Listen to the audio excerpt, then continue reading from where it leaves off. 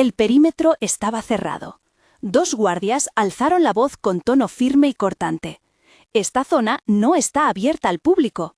Un pitido agudo resonó a lo lejos, un master caution que parecía venir del corazón del hangar. El sol rebotaba en la pintura metálica hasta convertirla en una línea blanca cegadora. El olor a queroseno caliente flotaba en capas, y el rugido distante de los generadores hacía vibrar la tierra bajo los pies de Javier Ortega. Javier tenía 62 años, manos curtidas por décadas de mantenimiento y esa mirada que no se engaña con lecturas digitales. Todo su cuerpo sabía cuando algo no encajaba. Su taller estaba a 10 minutos de la entrada sur de la base, un lugar con estanterías llenas de manuales, una cafetera siempre caliente y un cuaderno con páginas arrugadas que llevaba desde que dejó el servicio activo. Cuando un F-27 fue remolcado hacia la pista de pruebas, Javier se situó en el borde del perímetro, exactamente donde las alas debían mostrar su alineamiento. Por un instante, la línea fue perfecta. Luego sus ojos, acostumbrados al detalle microscópico, detectaron una asimetría. La aleta de mando derecha mostraba medio milímetro de retracción adicional. Para cualquiera sería invisible, para él era el primer signo de un actuador que no estaba funcionando en el ciclo correcto. Señaló con el dedo el punto y sostuvo el cuaderno con páginas amarillas. Un sargento, Sargento López, dio un paso adelante y dijo con la calma del protocolo: «Necesitamos su identificación». Javier alzó el cuaderno como si fuera su credencial de vida. Sabía que ese medio milímetro podía transformar una prueba en un percance grave. Javier no era un curioso. Venía de una vida en hangares, de noches pasando checklists, de escuchar el chasquido de un servo antes de que se rompiera. Creció en un pueblo donde aprendió a desmontar motores antes de cumplir los 20. En la academia fue reconocido por su paciencia con el panel de control y por su instinto para detectar contaminaciones hidráulicas que los sensores no marcaban. Tras dejar el servicio activo, abrió una pequeña oficina de mantenimiento que mantenía a flote reparos civiles y asesorías informales para pilotos que conocía de su época en la base. El cuaderno que llevaba había sido su compañero durante 40 años. Notas de servicios, diagramas de pinaje, esquemas de rigging y bocetos a lápiz de problemas resueltos en emergencia. A veces, cuando cerraba la puerta de su taller, se sentaba a repasar una y otra vez los procedimientos, como si repasar fuera una forma de conservar la memoria. Su reputación entre mecánicos locales era sólida pero silenciosa. Oficiales de mayor rango como Mayor García o el ingeniero Sáenz lo consultaban en privado, pero públicamente su presencia era vista como la de un veterano pasado de tiempo. Eso pesaba en él cada vez que intentaba advertir sobre algo sin el carné apropiado.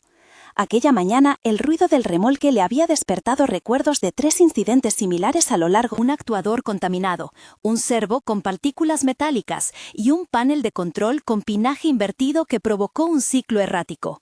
Observó la unión del actuador con el montante y sintió la vibración en la punta de sus dedos antes de tocarla. La ligera holgura en el punto de fijación no solo alteraba el alineamiento, sino que cambiaba el escopo de carga en la estructura del ala, algo que en una maniobra de fuerza podría causar fatiga y luego fractura.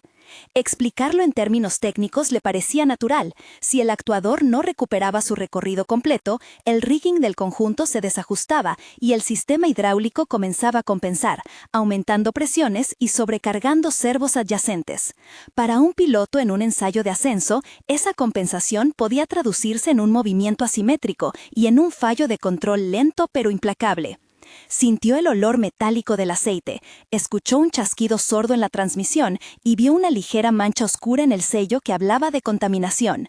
En su cuaderno había un dibujo que mostraba exactamente esa secuencia de fallos. Respiró hondo, notó el sabor amargo del café frío en la boca y se preparó para argumentar. La respuesta institucional llegó rápida y fría. El capitán Morales apareció con un gesto profesional, seguido por el teniente Ruiz y el ingeniero Sáenz. El diálogo se desarrolló en una cuerda tensada entre reglas y experiencia práctica. «Señor, gracias por señalarlo», dijo el capitán Morales con cortesía medida. ¿Tiene autorización para acceder?, preguntó el teniente Ruiz. Javier abrió su cuaderno y señaló la ilustración sin pedir permiso. «No necesito autorización para decir que hay un problema con el actuador», respondió Javier.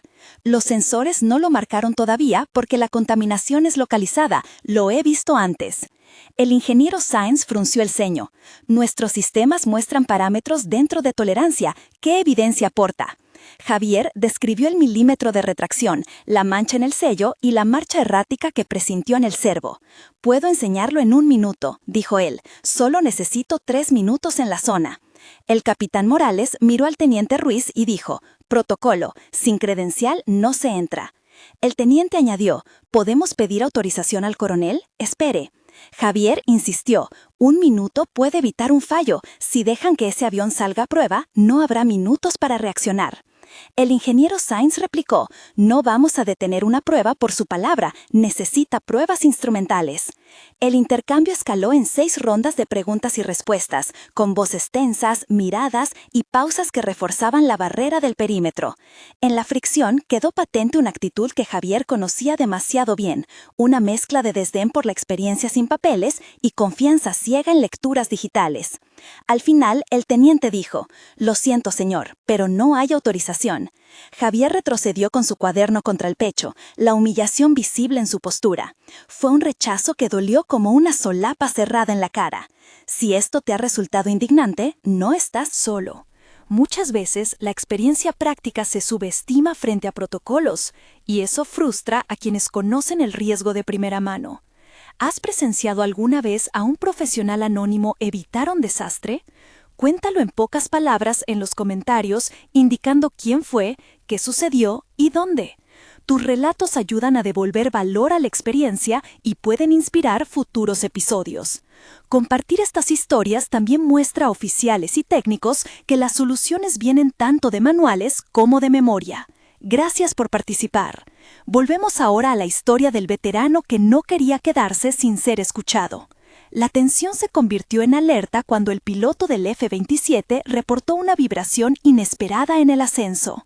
«Base control, aquí Iglesias. Notamos una vibración en el eje derecho. Solicitamos permiso para volver», dijo la voz por radio. «Tierra, recibimos. Explique magnitud», respondió el controlador.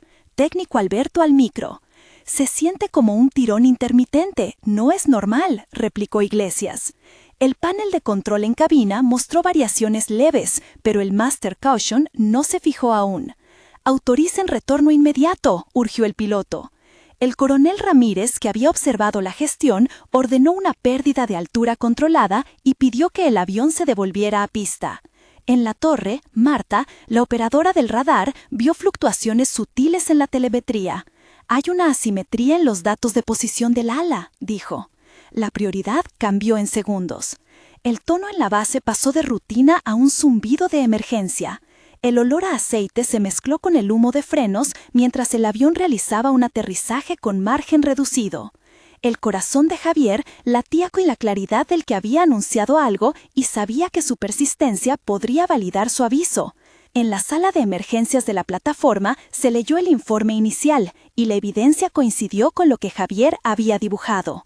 El informe técnico del ingeniero Sáenz registró patrones de presión irregular en el circuito hidráulico y una holgura en la unión del actuador con la palanca de control. El coronel Ramírez, que hasta entonces había mantenido distancia, consultó las notas de Javier y revisó el cuaderno. Su semblante cambió. Ordenó buscar a Javier y pedirle que volviera al hangar. «Traigan a Ortega», dijo en voz baja y firme. «Quiero que explique en el elevador técnico». La unidad de protocolo buscó a Javier y lo escoltaron hacia la zona segura donde estaban el coronel, el capitán Morales, el ingeniero Sáenz y el mayor García. El reconocimiento fue directo pero contenido. El coronel preguntó con reservas: «Señor Ortega, explíquenos qué vio». Javier desplegó las páginas, señaló croquis y describió paso a paso la secuencia de falla prevista. Las manos del coronel se apoyaron en la mesa y tras una deliberación corta, las palabras que cambiaron todo surgieron. «Necesitamos su experiencia en el procedimiento ahora». Fue un giro que reflejó cómo la evidencia técnica puede forzar protocolos a escuchar la experiencia. El reparo fue un acto casi quirúrgico, una sucesión de pasos. Javier pidió herramientas, un kit de pinaje y unas cabillas de bloqueo. Indicó a Marta y Alberto que cortaron presión al circuito hidráulico y que sangraran en sistema de manera controlada, para bajar tensiones. Primero, bloquear la línea. Segundo, descargar presión. Tercero, desmontar el actuador con llave calibrada, dijo. Explicó que el procedimiento debía incluir limpieza del pistón, inspección del sello y verificación del pinaje de la articulación antes del reensamblaje. El ingeniero Sáenz preguntó por el orden exacto de apriete. A 35 Nm en la primera pasada, luego ciclar el actuador 4 veces para verificar rango y por último aplicar rigging según manual revisado, contestó Javier. Las instrucciones eran precisas y medibles, cada paso con su justificante técnico. Hubo diálogo extenso, de al menos 7 intercambios, con Marta pidiendo aclaración sobre el torque, Alberto comprobando la lista de piezas y el mayor García solicitando tiempo estimado. Javier respondió a cada pregunta con ejemplos de casos anteriores y con una calma que impuso confianza. Las sensaciones físicas durante la operación fueron intensas: el tacto frío de la llave en sus manos, el olor a solvente al limpiar el sello, el sonido metálico al insertar las cabillas y la visión de un alineamiento que lentamente recuperaba su precisión. Cuando aplicaron el checklist final, cada ciclo del actuador mostró un recorrido correcto y sin holgura. El proceso técnico exigió una explicación breve de credibilidad.